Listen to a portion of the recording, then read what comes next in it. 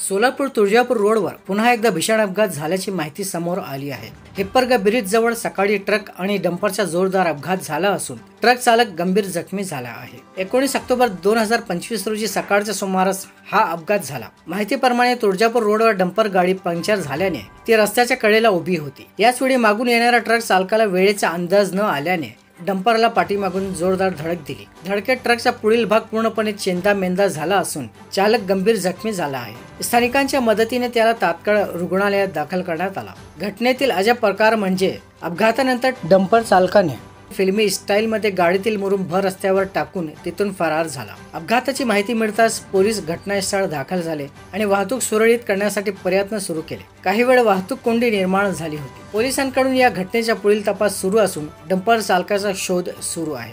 सोलापूर तुळजापूर रोडवरील अपघातांची मालिका काही थांबता दिसत नाही। वाहन चालकाने वेगावर नियंत्रण ठेवून सुरक्षित अंतर राखावे असे आवाहन पोलिसांकडून करण्यात आले आहे।